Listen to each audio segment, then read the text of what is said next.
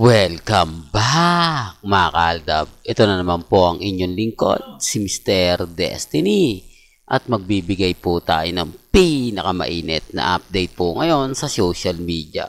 Medyo trending na naman po si Maine Mendoza mga kaaldab.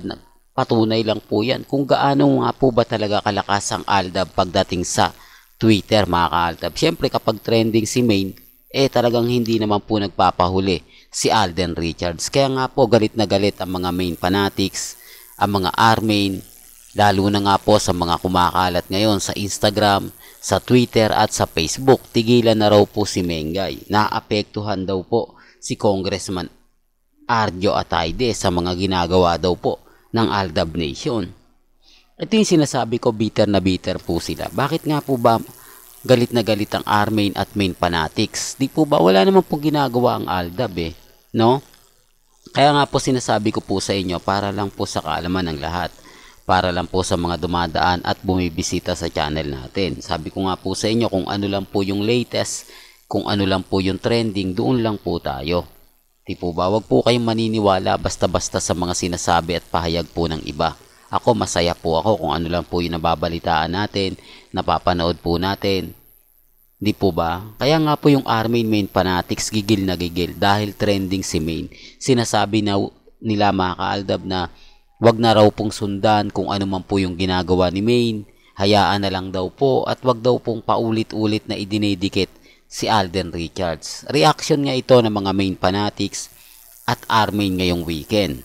Dahil hindi nga po nila nagugustuhan na si Maine Mendoza trending nga. Pero pinag-uusapan si Alden. Trending si Maine pero karamihan ng update kay Alden. Hindi po ba? Ngayon hindi na po nila masabi na ginagamit ni Alden si Maine kasi nabasag po natin sila. Medyo sabi ko nga po sa inyo kasi yung reaksyon ng iba na mga netizen, sinasabi nilang tama naman si Mr. Destiny. May punto naman si Mr. Destiny na ano nga po ba ang benepisyo na makukuha kay Maine ni Alden Richards? Di po ba tama ako? Na kumbaga una yan ang sinasabi nila. Yan ang pinapaliwanag nila. Kaya lang nung nabasag na po natin, wala na. Di po ba? Kumbaga tumigil na po sila. Totoo naman po yung mga sinasabi ng mga nagko-komento po sa atin Kaya lang syempre affected po sila. Tapos ngayon trending si Maine. Dapat ang kasama nga po niya si Congressman Arjo. Sila yung pinagpepiestahan pero hindi Di po ba? Sabi ko nga po sa inyo, mainit na mainit ngayon si Alden Richards at si Sharon Cuneta. Tapos si Maine Mendoza, ang daming mga photos, ang daming mga picture, mga video na lumalabas nga po na solo lang po talaga ni Maine. Di po ba? Sabi ko nga po sa inyo, itong mga R-Maine, guilty na Kumbaga nakakaramdam na sila ng, kumbaga, yung masabi natin na pang-iinis at pang-aasar. Ang ibig kong sabihin o pinupunto natin, wala naman po talagang R-Maine. Wala naman po talagang, kumbaga, love team na naganap at nangyari. Kaya nga po yung nagpipilit na R-Maine, wala po talaga kasi mas ginugusto ni Mengay na mag-solo na lang siya Mas gusto ni Mengay na maglabasan yung mga photos, mga video na si Maine Polkerson lang. Kaya lang siyempre guilty po sila. Inis po sila. Kasi wala po sila maibato Wala sila may update na eto si Maine kailangan kasama to. Eto si Maine kailangan nandito to. Eto si Maine kailangan ganito ganyan. Di po ba? Sinasabi ko lang po para po sa kaalaman ng lahat. Sinasabi ko lang po na kung saan nga po kitang-kita nyo naman po yung kagandahan ni Maine Polkerson na talagang litaw na litaw. Di po ba? Kaya nga po yung iba pag nag-e-edit, wala. Kumbaga basag sila. Kasi kita po natin, ramdam po natin Yan ang sinasabi ko na hindi po nila tanggap. Yan ang sinasabi ko at pinapaliwanag ko na hindi po nila gusto. Di po ba? Sabi ko nga po sa inyo, kung gusto nyo lang naman po ng latest, kung gusto nyo lang po ng trending, doon lang po kayo pupunta o dito lang po kayo pupunta sa channel ni Mr. Destiny. Sabi ko nga kung ano po yung masaya, kung ano po yung trending, kung ano yung pinag-uusapan, dito lang po kayo. Huwag po kayong maniniwala sa mga pahayag at komento po sa social media. Ako masaya po ako lalo na nga po kapag ang pinag-uusapan natin sila Mengay at si Alden. Kaya lang syempre Ayaw na ayaw po ng Armenian at main fanatics. Sinasabi nga po nila na wag na raw pong idadamay pa. Natatawa nga po ako sa mga komento eh. Di po ba? Kasi si Alden, idinidikit nila kay Heaven Paralejo. Tapos ngayon, nabasag natin, may boyfriend na pala ito.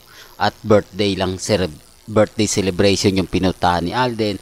At ito nga po yung pinisil na makakasama ni Alden ng Viva Films. O, wala nang issue ron. Kumbaga yung issue doon, tinapos na natin. Di po ba? Para nga po yung mga mommies na hindi updated, mababalitaan nila, mapapanood nila, uy, sabi ni Mr. Destiny, si Heaven daw po yung makakasama ni Alden sa bagong project niya sa collaboration ng Viva Films ni Boss Vic Del Rosario.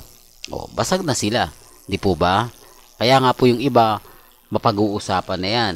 Yan ang isa sa maganda sa channel natin. Kahit papaano, kaya pala na madalas si Alden nakikita dahil may project pala sila. Totoo naman po yun. Sa tingin nyo, kung walang project si Alden,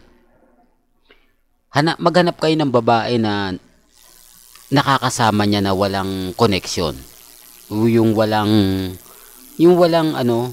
teleserye man lang, endorsement, di po ba movie, di po ba wala, nakasama niya sila Ann Curtis at yung Catherine, tapos yung isa pa, di po ba dahil nga po may project, dahil nga po sa Lazada, di po ba yun yung pinupunto ko na hindi po nila nagegets, hirap po sila makaintindi, o ayaw lang po talaga nilang intindihin.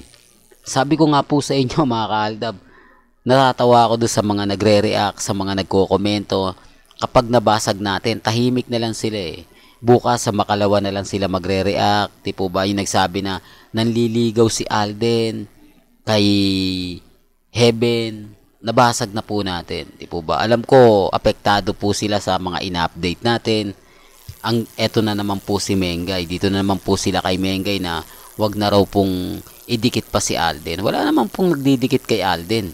Kay Main, di po ba? Alam naman po natin na move on na nga po, sabi ng mga Armin at Main fanatics. Di po ba? Kami na lang to Aldab Nation na lang eh. Pero nagte-trending. Yan ang isa sa kinaiinisan po nila. Yan ang isa sa sinasabi ko nga po sa inyo. Maraming mga bagay-bagay na mahirap nga po talagang ipaliwanag.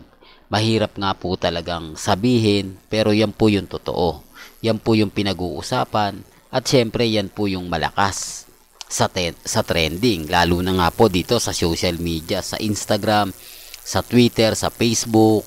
Di po ba walang tulak kabigin. Kapag si Mengay ang pinag-uusapan, tuloy-tuloy si Mengay. Kapag si Alden at si Sharon, talagang di po ba. Sabi ko nga po sa inyo, gumagalaw din naman si Sharon. Nagbibigay din naman po ito ng mga update na kung saan nga po pumapabor naman sa Aldab Nation.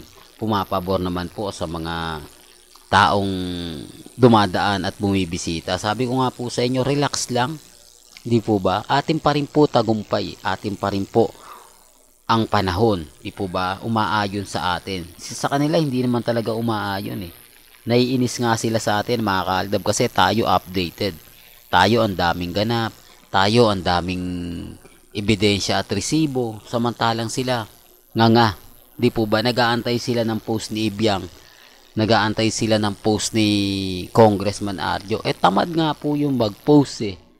Di po ba? At si Ibiang wala naman pong promote eh. Ano nga po ba yung po-promote ni Ibiang? Para lang siya mag-post sa website. O magsulat sa mga article na nagtatanong po sa kanya. Di po ba? Sabi ko nga po sa inyo, kung gusto nyo lang po ng latest, kung gusto nyo lang po ng update, pupunta lang naman kayo dito. Di po ba? Sapul naman po natin. Wala namang update na hindi nakakaligtas. Dito po sa channel ni Mr. Destiny. Di po ba? Real talk kaya mga kaaldab. Wala naman po. Di po ba? Pero may kanya-kanya tayong opinion at pananaw. Walang gandito na lang po yung updates natin mga kaaldab ha.